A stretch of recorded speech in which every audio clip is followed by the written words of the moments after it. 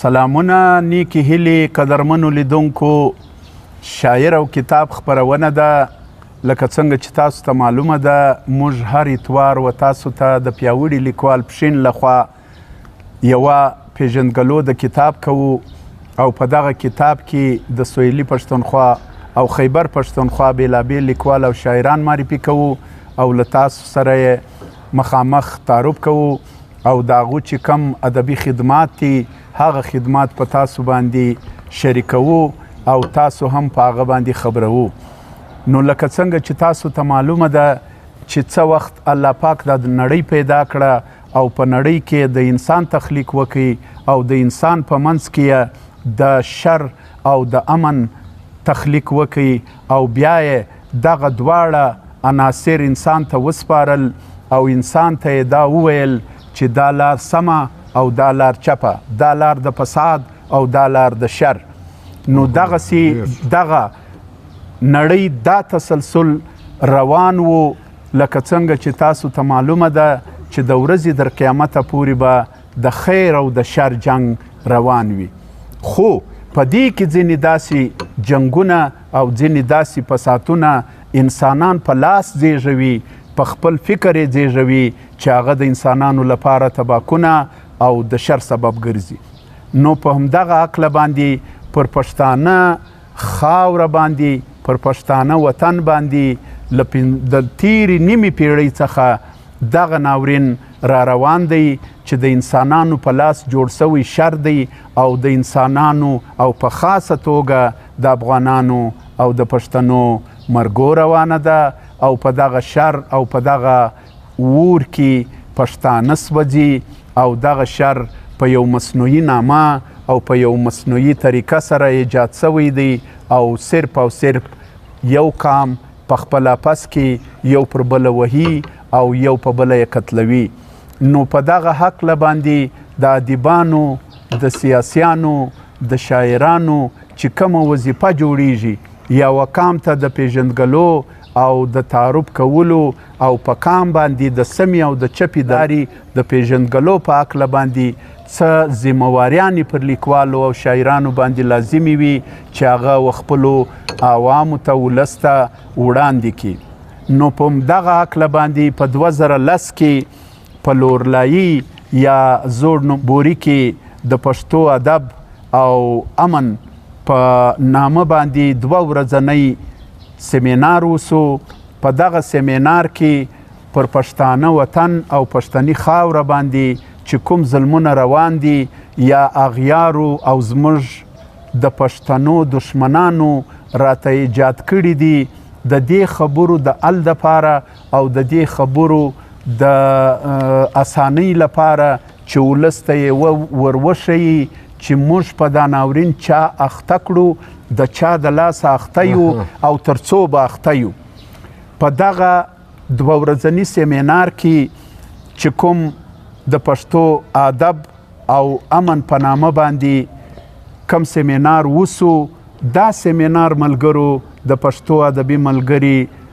لکه پیاوړي لیکوال پښین چې په پښین کې کم ادبي خدمات ترسره کوي، همداسې ادبي ملګري په لورالايي کې دغه ادبي خدمات سرته رسوي او بېلابېل ادبي تنقیدي اصلاحي سیمینارونه او خپرونې کوي. نو یوه یې د ټولو خپرونو څخه تر ټولو ځانګړې خپرونه هم دغه کتاب دی چې پښتو او امن. دا کتاب د پښتو ادبي ملګرو د لورالايي لخوا چاپ سوی او د دې مرتبین دي عارف تبسم صاحب، ارسلان خان کاکړ صاحب او سلطان زخپیل. او دغه کتاب بشپړ پیژندګلو داسې ده د دا کتاب نوم دی پښتو ادب او امن، مرتبین عارف تبسم، ارسلان خان کاکړ، سلطان زخپیل او خپروندو یې پښتو ادبي ملګري بورۍ لورالايي او کوهار ریسرچ انسټیټیوټ لورالايي. دا کتاب په 2010 کې ادبي ډګر ته راغلی دی او په دې کتاب کې چې کومو نوموړو لیکوالانو مقالې لیکلي دي د هغوی تعارف هم زه تاسو سره وکم. د دا کتاب بشپړ نوم دی پښتو ادب او امن، مرتبین عارف تبسم ارسلا خان کاکړ، سلطان زغپیل، چاپکال 2010، خورونکی پښتو ادبي ملګري بوري او کوها ریسرچ انسټیټیوټ لورالايي، چاپ شمیر 1500 ټوکه، کمپوزر حافظ رحمت نیازی صاحب او بیا 50 کالداري د کتاب د ترلاسه کولو درکونه دي ملګرو. پښتو ادبي ملګري نږدې ضلعي ناظم دفتر ته لورالايي ریسرچ انسټیټیوټ ژوب روډ لورالايي. دا کتاب د SPO کوټي په مالی لګښت باندې چاپ شوی دی او په دغه کتاب کې چې ملګرو کومو خلکو مقالې لیکلي دي او پښتنو ته یې د دا خبرې تعین کړی دی، د دې خبرې سر یې ورخلاص کړی دی چې پر موږ دا ناورین چا مسلط کړی دی، ولې مسلط کړی دی، موږ د دې مقابله څنګه کولی سو په همدې عقله باندې چې کومو قدرمنو لیکوالو د خیبر پښتونخوا او د سویلي پښتونخوا کومو لیکوالو پر دې باندې مقالې لیکلي وې او د خپلو خیالاتو څرګندونه یې کړې وه. زه د هغوی نومونه تاسو ته یو ځل وړاندې کومه. د ټولو لومړی د سید خیر محمد عارف لیک دی، یو څو خبرې، ادب او امن سید ګور صاحب ارواښاد، امن او ادب سلیم راز صاحب ارواښاد، امن او ادب طاهر افریدی صاحب، ادب په 21مه پیړۍ او امن بیا سید خیر محمد عارف صاحب، ادب او امن اسیر منګل صاحب، د خوشحال په کلام کې د صلحي مضامین سلیم بنگش صاحب، امن او ادب یو تاثر فاروق سرور صاحب، امن او د دریمې پیړۍ ادب محمود آیاز صاحب، او د جنگ په لمبو کې د امن شپیلۍ ډاکټر عبدالرؤف رفیقي صاحب، ستر خوشحال د امن او مینې ستر پیغمبر ډاکټر علي کومیل قزلباش صاحب، او د ډیورنډ کرښه او نړیوال امن شوکت ترین صاحب، 21مه پیړۍ او امن ضرورت خلیل باور صاحب، د امن او ادب معنوي خدوخال مولانا امیر زمان صاحب، افاقیت ادب او ولس ترمنځ تړون برکت شاه مبارک صاحب، پښتو ادب او امن ډاکټر محمد شفیق صاحب، د امن له لارې وسولې ته اړتیا شمس تماخیل صاحب، امن د ادب په چوکاټ کې جمال الدین مسافر صاحب، ادب او امن رشید اکمل صاحب. دغه قدرمنو 19 مقالې په دې کتاب کې یو ځای سوي دي او د پښتانه د نیمې پیړۍ ټولې غمیزې په دې کې بیان سوي دي. که تاسو وغواړئ چې د دا غمیزو اصل حقایق معلوم کړئ او د دې محرکات معلوم کړئ نو دا کتاب ضرور لاسته راوړئ او ویل ولئ. ډیر معلومات پکښې دي. زه اوس راځمه د پښتو ادب او امن د دغه خوندورې ضخیمې ادبي ذخیرې په هکله باندې پروفیسر فیض شهزاد صاحب ته چې دی خپل رڼا ورباندې واچوي. جهان مننه تیمورشاه کمال صاحب، محمد فیض لیوال صاحب، عبدالمالک قلمیار صاحب. او لکه څنګه چې د دې کتاب نوم دی پښتو ادب و امن، شاعران خصوصا لیکوالانو ته د امن پیغمبران ویل سوي دي. بالکل په عربي ادب کې او په ټولنه کې راځي و چې په کوم قبیله کې به شاعر لیکوال پیدا سولو په افتو به جشن مناویدی. بالکل ځکه چې دا به زموږ تاریخ لیکي. اوس ادب و امن او بیا لورالايي او محمد عارف تبسم زه د ډېر نږدې څخه پیژنم، سلطان زغپیل صاحب د ډېر نږدې څخه پیژنم، د ډېرې عالمي یو ادارې څخه دواړه تړلي څوک د قلم د کتاب خاوندان. او په دې کې یو نوم دی ارسلا خان شهید، الله دې د شهادت قبول کړي. امین. دا په یوه حادثه کې شهید هم سولو. د دې درو واړو او بیا د پښتو ادبي ملګري چې کوم خدمات لکه د پياوړي ليکوال پښين، دا دوی داسې ټولنې دي چې ما بار بار د عمر ګل عسکر په کالم کې او دا رنګه د رشید آزاد صاحب په کالم کې او دا رنګه یو بل نوم و چې زما د ذهن څخه په دې سیمې کې د دا دوه ټولنو نومونه په خصوصیت سره د دې خدمات ذکر کړي دي. لکه څرنګه چې ما وویل چې ادیبان چې کوم دي نه هغه د امن پیغمبران دي او تا دا خبره کښېښوله چې لورالايي د هدف یو پیاوړی مرکز دی او هم دی. خیر محمد عارف صاحب د دې سره تړلی، رازق فهیم صاحب د دې سره تړلی، عارف تبسم صاحب، علي کومیل، قزلباش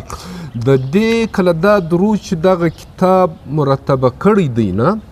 د دې در مخه 3 نمونه نورو لکه علي کومیل، قزلباش، دغه عارف تبسم او رازق فهیم هغه یوه رساله د تماس په نامه د دغه لورالايي سره ایستله او لورالايي د مشاعرو په حواله د ادیبانو په حواله ډېر خوندور خلق لري، سیاسي هم دي، نظریاتي هم دي، فکري هم دي، ادبي هم دي. او در کومه حده چې د دې کتاب متعلق خبره ده تا یاده کله زه به هم بیا ووایم چې په 2010 کې ادبي ملګري لورالايي شاخ چې کوم دی هغه دغه اهتمام وکړي د امن او د ادب په نامه یې 2 ورځنی یو سمینار کښېښوی و دې سمینار ته داسې نامتو لیکوالان لکه سلیم راز صاحب، طاهر اپریدی صاحب، اسیر مینګل چې د ادب د دنیا یو افسانه‌ګار یعنی بیخي اوچت لیکوالان او بیا دا په هغه شپو کې دی چې سید ګوهر رنګه نثار، سید ګوهر رنګه رایټر ژوندی و د دوی په سربراهي کې دا کیږي او دا ولې وسو چې پښتنو ته هر وخت د امن ضرورت و او د امن ضرورت دی. پر دنیا چې یو اور بل دی،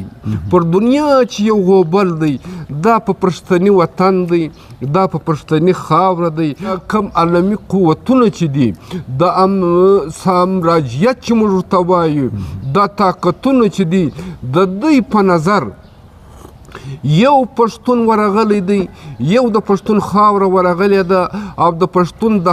په خپل ظلم سره یې په خپله بدامني سره یې د پښتانه د خاورې فطرت لو بدل کړی دی. د خاورې فطرت دغه دی چې په اوبو د تنده ماتېږي.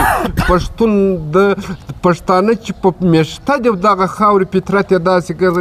ګرځولی دی چې د هغه تنده د سرزورو نه د زورورو د پښتانه د قام چې کوم سترګې دي، کوم چې شملور دي، د هغو په وینې د تنده ورماتوي، د دا مځکې ورماتوي. او دا داسې یو المیه ده، یو داسې غم دی، یو داسې درد دی چې د 70 کالو څخه زیات پر دغه خاوره چې کوم اور بل دی. او ما یو ځای ویلي هم دي، لیکلي هم دي، وایي اور په کور د پښتون بل دی سوځي سوځي، اور په کور د پښتون بل دی سوځي سوځي، پېښور دی که کابل دی سوځي سوځي، نن چې اور شهزاده چیرې چیرې بل دی، خوار پښتون پکې اول دی سوځي سوځي نه. نو دا د امن پښتانه یو پر امنه قوم دی د مځکې پر سر. پښتانه یو تهذیب لري، پښتانه یو شعور لري، پښتانه یو ضمیر لري. پښتون قام چې دی ژوندی قام دی. تشدد ته یې د یو منصوبې تحت مجبوره کړی دی. بیا یو دا تراز لارې ورته خلاصې کړي دي، یو داسې ادارې ورته خلاصې کړي دي چې پښتانه په پښتانه ولي، د پښتانه وینه په پښتانه به وي. نو د دې په خاطر دغه لیکوالانو چې د کلمات در ټول چې د ادب خاوندان چې کوم دي نه، قلمکاران چې کوم دي، ادیبان چې کوم دي، هغه امن پسند نه دي، هغه د امن پیغمبران دي. هغه د شی احساس کوي چې دغه اور بلیږي. په دې خاطر دا کانفرنس د لارو بر وطن پښتانه لیکوالان په دې کې اوس څومره مړي دي چې ما ته را معلوم دي، لکه ارواښاد سلیم راز صاحب، طاهر اپریدی صاحب، جمال الدین مسافر صاحب، په خپله سید ګوهر صاحب او دغه ارسلا خان کاکړ صاحب. دا د ټوله دوی مړه دي لیکن د دوی یادونه د دوی هلې ځلې د دوی غوښتنه چې کومه ده دا د پرون غوښتنه دا به د تاریخ یعنی لیکوال و رایټر عادي و شاعر په هر دور کې په هر وخت کې خپله ذمهواري ترسره کړې ده نه بدامني ته د امن پیغام ورکړی دی چونکې دوی پیغمبران دي او د امن پیداوار دي د امن خبرې کوي نو کمال صاحب زه و تا ته او بیا خصوصا د لورالايي ادبي ملګرو ته او بیا په سر کې عارف تبسم ته چې دا د زیار دی ما ته را معلوم دی زه عارف تبسم د نږدې سره پیژنم دا محقق هم دی تنقید نگار هم دی او تجزیه نگار هم دی بیا د یو عالمي ادارې سره تړلی څوک دی په ژوند پوهېږي په پښتانه قام پوهېږي د هغه په نفسیاتو پوهېږي د په عصري رجحاناتو خبر څوک دی نو ځکه دی هغه وخت هم ضرورت ګڼي اوس هم ضرورت ګڼي سبا هم د عمل ضرورت ګڼي دا یې ما تا ته پرېښوی دا د دوی یو زیار دی زه په دغه د دوی په دغه کوشش ته او دا صرف شهزاد صاحب خالی ما او تا ته نه دی پرېښی دا یې پښتانه افغان وطن ته پرېښی دی په کار د چې ټول افغانان ټول پښتانه د خپلو لیکوالو د خپل ټینک چې کم خلک دي د هغو نظریات مطالعه کړي او هغه ولولي وایي چې موږ چا په دې غوبل اخته کړي یو او د چا د لاس اخته یو او موږ ته د دې غوبل څخه د وتلو لار کومه یوه ده یعنې په دې کې د داسې لیکوالانو داسې درنې مقالې پرتې ډېر ژور فکرونه چې هغه یو درست تاریخ دی هره مقاله چې کومه ده هغه تحقیقي هم ده د ستونزو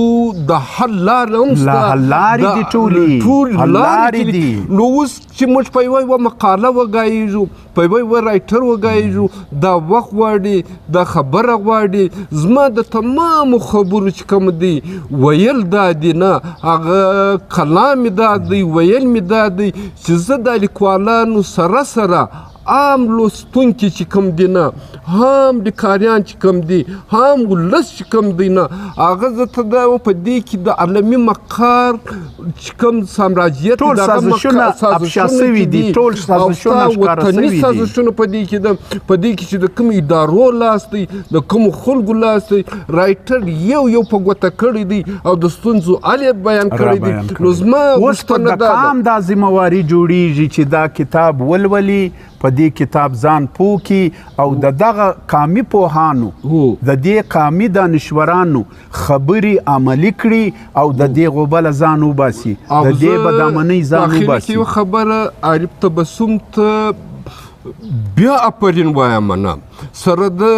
سلطان زخپیر صاحب ته دواړه زه د نږدې څه پیژنم د قلم سره تړلي د کتاب سره تړلي باشعوره باضمیره قام پرسته پر وطن پر ژبه خصوصا د عارف تبسم صاحب چې دی ډېر په قام په ژبه مین څوک دی زه د ده و دغه زیار ته اپرین وایم زه به ده ته داد کوم نور توقعات ځین لرم ډېر امیدونه مې ورسره وابسته دي چې دا رنګه تاریخ دی نور نه وي کی نور دغه کې نو یو زه یار په اخر کې بیا طاهر لیوال صاحب د تیمورشاه کمال صاحب د عبدالمالک قلمیار صاحب او په خصوصا د پښتو ادبي ملګري لورالايي او د عارف تبسم شکریه ادا کوم چې داسې باریکې نقطې د عصري تقاضو لاندې ما ته تا ته و تمام وطن ته و تمام قم ته کښېښولې هېواد بیا داد ورکوم او بیا پرین ورته وایم عارف تبسم ته کور ودان قدرمنو لیدونکو پښتو ادب او امن دا ډېر قیمتي کتاب دی دا ډېر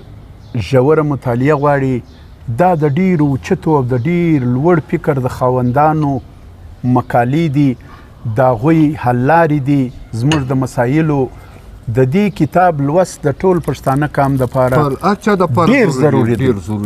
که چیرې پښتانه د دې عذابه ځان خلاصول غواړي په کار ده چې هغه دا کتاب ضرور ترلاسه کړي ویل ولي دا ټولې مقالې مطالعه کړي او بیا یې پر هغه باندې و خپل قام ته و خپل کلي ته و خپل ښار ته و خپل وګړو ته ورسوي او تر ټولو لومړی د پښتانه قام د خلاصون اولنۍ لار علم او تعلیم حاصلول دي. جهالت مو تیارو ته بیایي، جهالت مو